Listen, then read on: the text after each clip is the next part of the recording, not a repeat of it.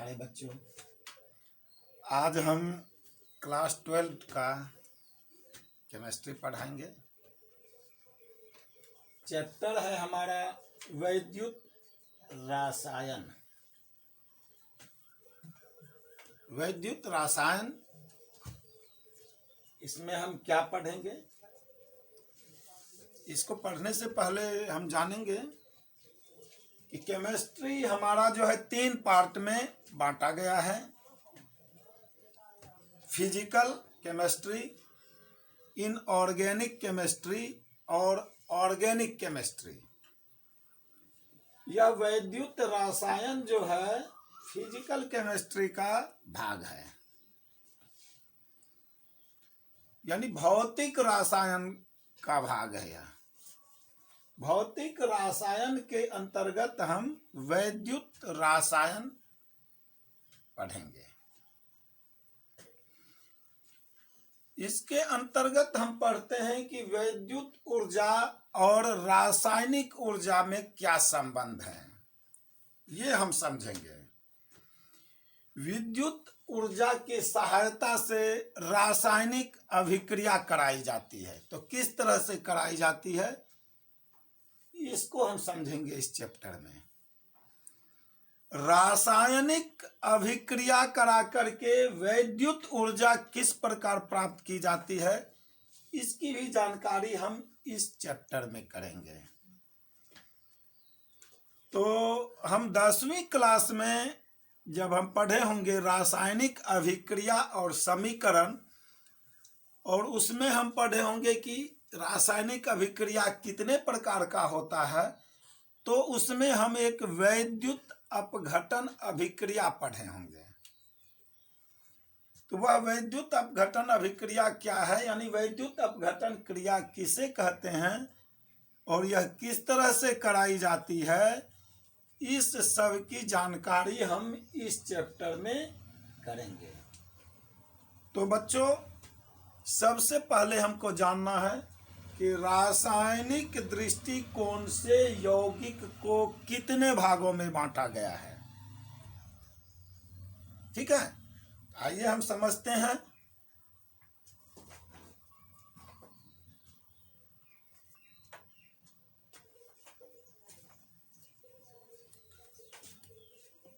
तो बच्चों, आज इस चैप्टर का मेरा पहला सवाल है कि रासायनिक दृष्टिकोण से यौगिक को कितने भागों में बांटा गया है। ठीक है, रासायनिक दृष्टिकोण से यौगिक को कितने भागों में बांटा गया है। तो हम जानेंगे कि रासायनिक दृष्टिकोण से यौगिक को 2 भागों में बांटा गया है। पहले हम क्या पढ़े थे भौतिकी में कि पदार्थ की कितनी अवस्थाएं होती है? 3 अवस्था होती है, ठोस, द्रव और गैस। आगे और क्लास बढ़े तो हम जाने 2 और बढ़ गया हमारा, कौन सा?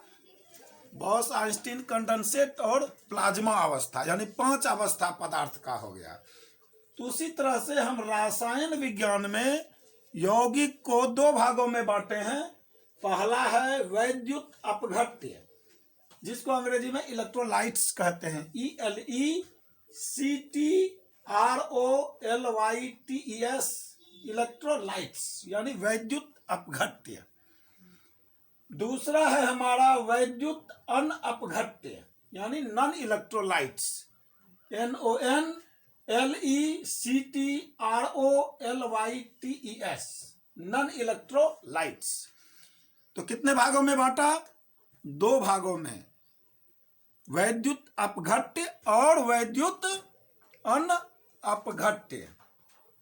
अब मन में सवाल ये भी उठता है कि वैद्युत अपघट्य कहते किसको हैं?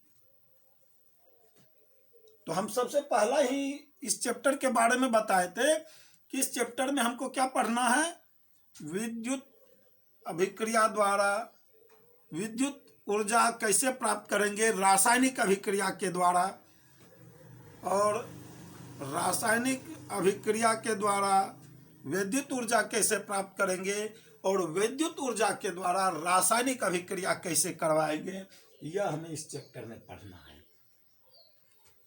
अब हमारा यहाँ जब रासायनिक दृष्टिकोण से यौगिक को दो भागों में बांट दिया गया है, पहला है वैद्युत अपघट्य, दूसरा है वैद्युत अनअपघट्य। सवाल उठता है कि वैद्युत अपघट्य किसे कहते हैं?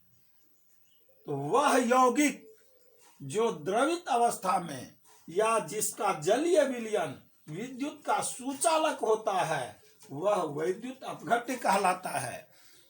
यानी वह रासायनिक यौगिक जो द्रवित अवस्था में या जिसके जलीय विलयन में विद्युत धारा प्रवाहित की जा सके और विद्युत धारा प्रवाहित करने पर उसमें कुछ रासायनिक परिवर्तन होता है, तो वैसे यौगिक को हम वैद्युत अपघट्य कहते हैं।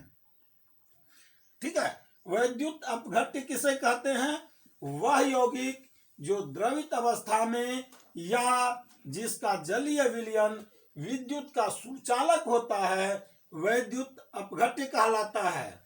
जैसे sodium chloride, potassium nitrate, zinc sulphate, hydrochloric अम्ल, सोडियम हाइड्रोक्साइड आदि इन यौगिकों के द्रवित अवस्था या जलीय विलयन में विद्युत धारा प्रवाहित करने पर रासायनिक परिवर्तन हो जाता है। जब रासायनिक परिवर्तन हो जाता है यानी विद्युत का सुचालक जो है वह वैद्युत अपघट्य कहलाता है। ठीक है,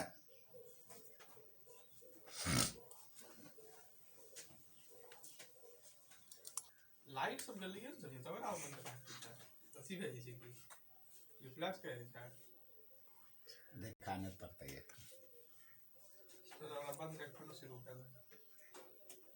रहने दे, कोई दिक्कत नहीं आवाज से घुसी गई मॉडलिंग।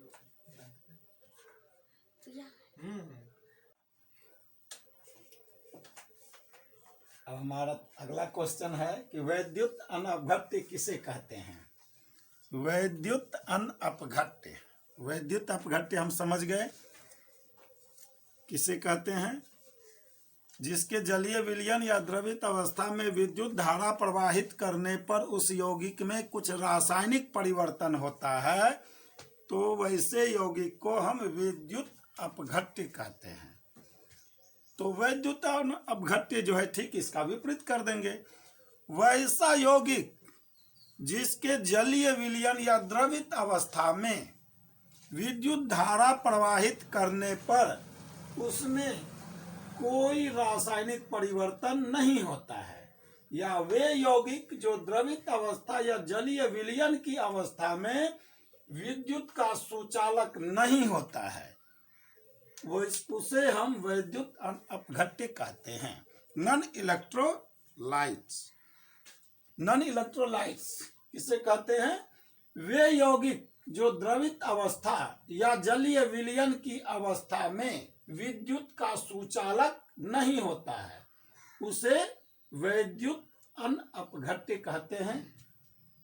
जैसे चीनी, यूरिया, क्लोरोफॉर्म आदि इन यौगिकों के द्रवित अवस्था में विद्युत धारा प्रवाहित करने पर कोई रासायनिक परिवर्तन नहीं होता है। अब सवाल फिर उठ जाता है यहाँ कि वैद्युत अपघट्य को कितने भागों में बांटा गया है? तो वैद्युत अपघट्य को दो भागों में बांटा गया है, सबल वैद्युत अपघट्य और दुर्बल वैद्युत अपघट्य, यानी strong electrolytes and weak electrolytes. अब सबल वैद्युत अपघट्य है क्या?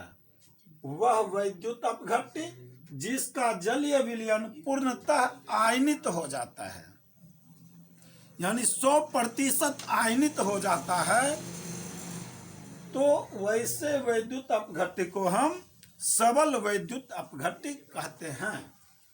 दुर्बल वैद्युत अपघट्य वह वैद्युत अपघट्य जो पूर्णतः आयनित नहीं होता है, यानी यह 100% आयनित नहीं होता है, तो दुर्बल वैद्युत अपघट्य। और अगर 100% आयनित हो गया तो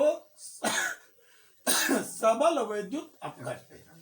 सबल वैद्युत अपघट्य वह वैद्युत अपघट्य जिसका जलीय विलयन पूर्णतः आयनित हो जाता है उसे सबल वैद्युत अपघट्य कहते हैं। जैसे NaCl, HCl, H2SO4, HNO3, CaCl2 और भी बहुत सारा होता है। दुर्बल वैद्युत अपघट्य वह वैद्युत अपघट्य जिसका जलीय विलयन पूर्णतः आयनित नहीं हो पाता है उसे दुर्बल वैद्युत अपघट्य कहते हैं। जैसे CH3COH, NH4OH आदि और भी बहुत सारा इसमें आएगा।